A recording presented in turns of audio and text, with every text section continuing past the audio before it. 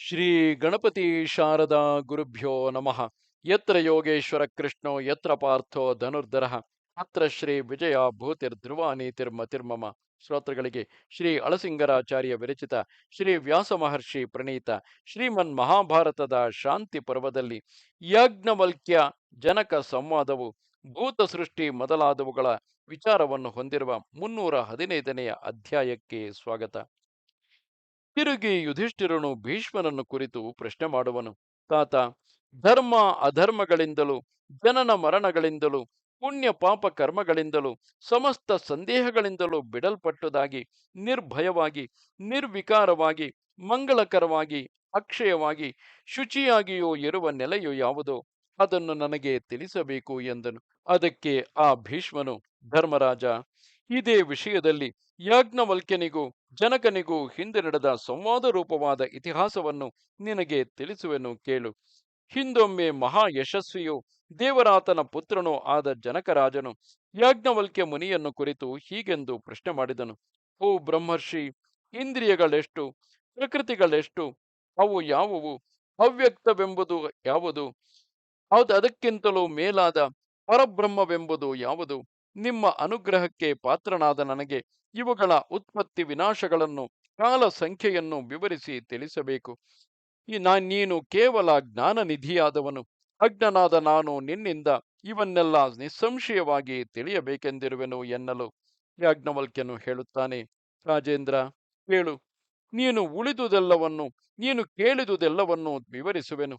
ಯೋಗಿಗಳ ಮತ್ತು ಸಾಂಖ್ಯ ಶಾಸ್ತ್ರಜ್ಞರ ಉತ್ತಮ ಜ್ಞಾನವನ್ನು ನಿನಗೆ ಹೇಳುವೆನು. ರಾಜ, ನಿನಗೆ ತಿಳಿಯದುದು ಒಂದೂ ಇಲ್ಲ. ನನ್ನನ್ನು ಪರೀಕ್ಷಿಸುವುದಕ್ಕಾಗಿ ನೀನು ಕೇಳುವಂತಿದೆ. ಹಾಗಿದ್ದರೂ ಯಾವನಾಗಲಿ ಪ್ರಶ್ನೆ ಮಾಡಿದ ಮೇಲೆ ಉತ್ತರವನ್ನು ಹೇಳಬೇಕಾದುದೇ ಅವಶ್ಯವು. ಇದೇ ಸನಾತನ ಧರ್ಮವು. ಆದುದರಿಂದ ಹೇಳುವೆನು. ಪ್ರಕೃತಿಗಳು ಎಷ್ಟೆಂದು ಕೇಳಿದೆಯಲ್ಲವೇ? ಪ್ರಕೃತಿಗಳು 8 ಹೇಳುವರು. ಆ ಪ್ರಕೃತಿ ವಿಕಾರಗಳು 16. ಆತ್ಮಜ್ಞರು ಆ 8 ಪ್ರಕೃತಿಗಳಲ್ಲಿ 7 ವ್ಯಕ್ತಗಳೆಂದು ಹೇಳುವರು. ಅವ್ಯಕ್ತ ಅಥವಾ ಪ್ರಧಾನವೆಂಬುದು ಮೊದಲನೆಯದು. ಅದರಿಂದ ಆಚೆಗೆ ಮಹತ್ತು, ಅಹಂಕಾರ, ಪೃಥಿವಿ, ವಾಯು, ಆಕಾಶ, ಆಪ್ಪು, ತೇಜಸ್ಸು ಎಂಬಿವುಗಳೊಡನೆ ಸೇರಿ ಅವೆಂಟು ಪ್ರಕೃತಿಗಳೆನಿಸುವವು. ಶ್ರೋತ್ರ, ತ್ವಕ್, ನೇತ್ರ, ನಾಲಗೆ, ಘ್ರಾಣ, ಶಬ್ದ, ಸ್ಪರ್ಶ, ರೂಪ, ರಸ, ಗಂಧಗಳು, ವಾಯು, ಉಪಸ್ಥ, ವಾಕ್ಕು, ವಾಕ್ಕು, ಪಾಣಿ, ಪಾದಗಳೆಂಬಿ 5, ಇವೆಲ್ಲ ಸೇರಿದ 15 ಆ ಪಂಚಭೂತಗಳಿಂದ ಉಂಟಾದ ವಿಕಾರಗಳು. ಆದರೆ ಆತ್ಮಗತಿಯನ್ನು ಚಿಂತಿಸತಕ್ಕವರು, ತತ್ವಜ್ಞರಾದ ಇತರ ವಿದ್ವಾಂಸರು 16ನೆಯದಾದ ಮನಸ್ಸನ್ನೂ ಕೂಡ ವಿಕಾರಗಳಲ್ಲಿ ಸೇರಿಸುವರು. ಓ ಮಿಥಿಲಾಧಿಪತಿಯೇ, ನಿನ್ನ ಅಭಿಪ್ರಾಯವು ಅದೇ ಇರಬಹುದು.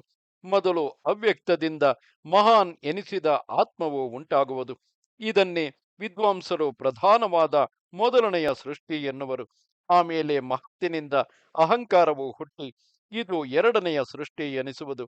ಈ 2ನೆಯ ಸೃಷ್ಟಿಯನ್ನು ಬುದ್ಧಿಸ್ವರೂಪವೆಂದು ಹೇಳುವರು. ಅಹಂಕಾರದಿಂದ ಭೂತಗಳ ಗುಣಮಯವಾದ ಮನಸ್ಸು ಉಂಟಾಗುವುದು. ಇದು 3ನೆಯ ಸೃಷ್ಟಿ. ಇದನ್ನು ಅಹಂಕಾರಿಕ ಎನ್ನುವರು.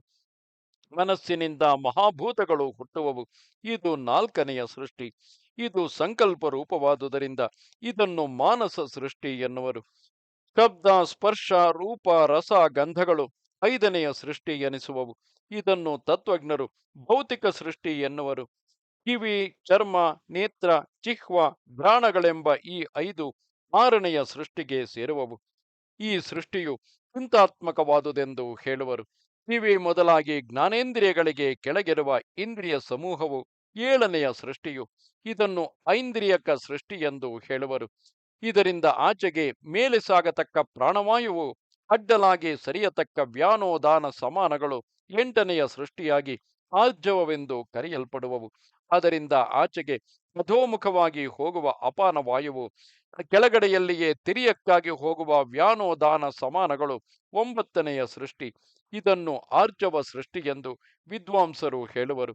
ಹೀಗೆ 9 ಬಗೆಯ ಸೃಷ್ಟಿಗಳು, 24 ತತ್ವಗಳು ವೇದೋಕ್ತವಾಗಿ ಹೇಳಲ್ಪಟ್ಟಿವೆ.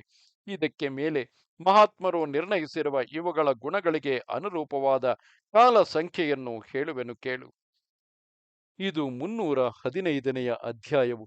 ನಮಸ್ತೆ ಶಾರದೆ ದೇವಿ ಕಾಶ್ಮೀರ ಪುರವಾಸಿನಿ ತ್ವಾಮಹಂ ಪ್ರಾರ್ಥಯೇ ನಿತ್ಯಂ ವಿದ್ಯಾದಾನಂಚ ದೇಹಿಮೆ. ನಮಸ್ಕಾರ.